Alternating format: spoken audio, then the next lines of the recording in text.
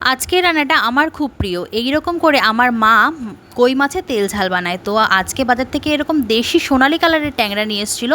আমাদের এখানে তো সবসময় পাওয়া যায় না এরকম ট্যাংরা, কোনো দিন ওঠে যখন এর সিজন হয়। তো আজকে উঠেছে, সেটাকে নিয়ে এসছে। আমি বলেই রেখেছিলাম যখনই তো বাজারে গিয়ে দেখবে এরকম ট্যাংরা, যতই দাম হোক না কেন নিয়ে আসবে। তা তো আর জানি না যে এত দাম। এই মাছটা নাকি কটা মাছ নাকি ½ কিলো খাসির মাংসের পয়সা দিয়ে নিয়ে এসছে। তো যাই হোক, শখের দাম কিন্তু £1,00,000। শাশুড়ি মা মাছগুলোকে কেটে দিয়েছে, তারপরে লবণ হলুদ মাখিয়ে মাছগুলোকে ভেজে নিয়েছি। আর এদিকে শিলনোড়াতে আদা জিরে লঙ্কা বেটে নিয়েছি, একটা টমেটো বেটে নিয়েছি।